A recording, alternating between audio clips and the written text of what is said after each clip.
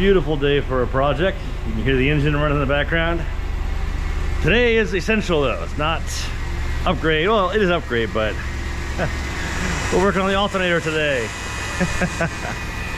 I want you to hear something.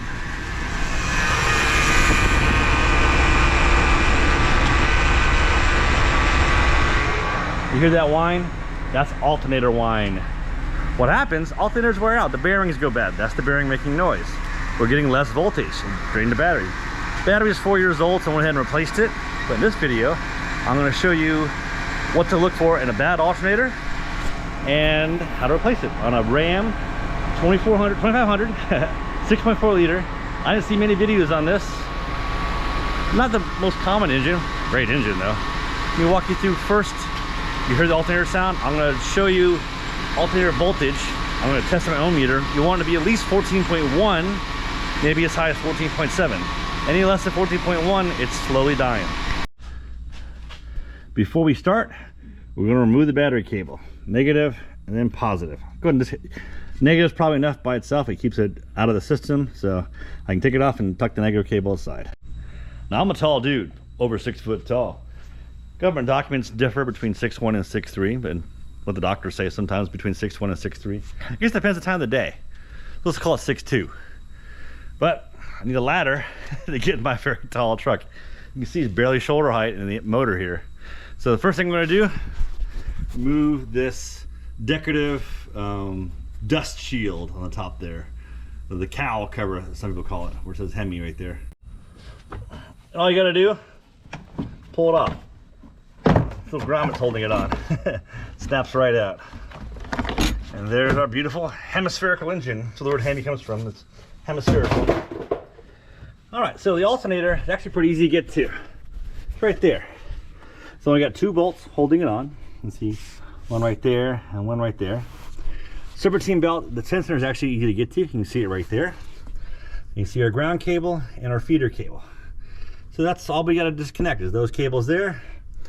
We're going to take this thing apart, and I'm actually going to put a new belt on since we're going to have it off anyway. But first thing I want to do is remove the belt.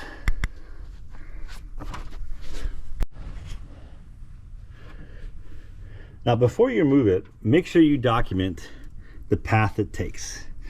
So you can see it goes under those 2 pulleys down there, goes around the tensioner, hits that there, power steering pump, and then right up there.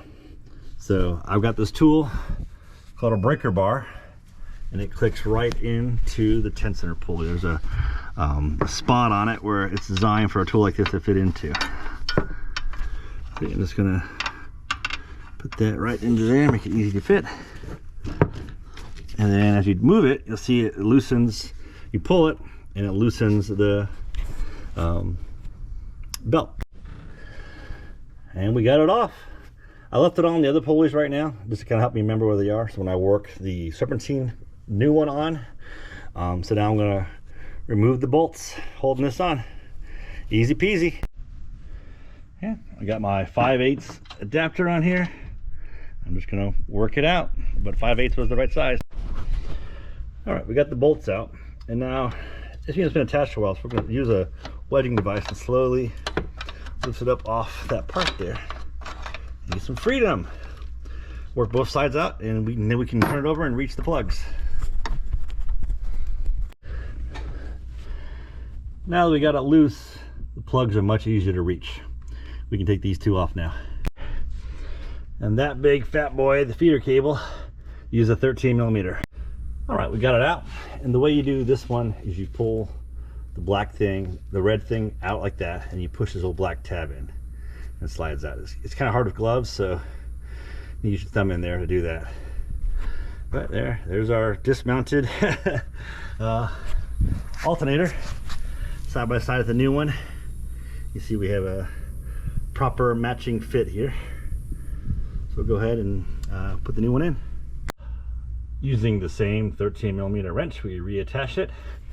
Now we're going to line it up on the mounting brackets and push the bolts in.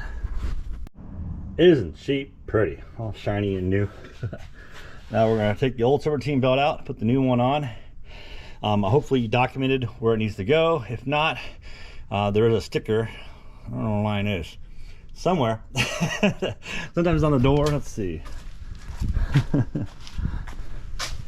Nope. The manual shows you for sure. Remember, manuals used to tell you how to add water to your battery. They're a lot different now. All right, I'm gonna go get the new one, and we're gonna put it on every pulley except for the alternator. Do that one last because it's up high, easy to reach. And then we use a tensioner to loosen it and pop it on there. So the weird part of this is you see that shaft right there going to the fan. You got to work the belt down around this side of the fan. Not that hard, just be careful as you go past it. And you can see from under, everything's just right here. Just laying here onto the truck. So I can relax, lay my back, and work these through following the diagram.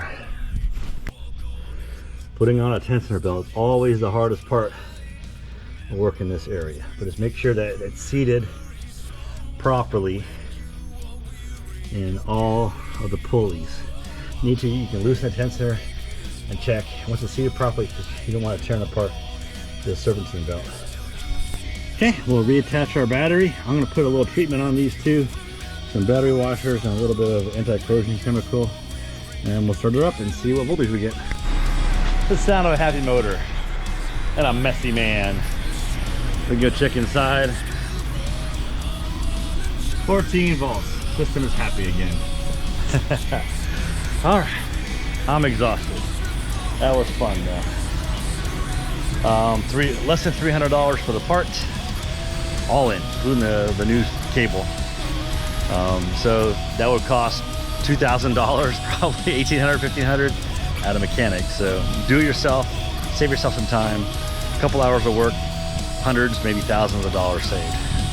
Keep upgrading your life.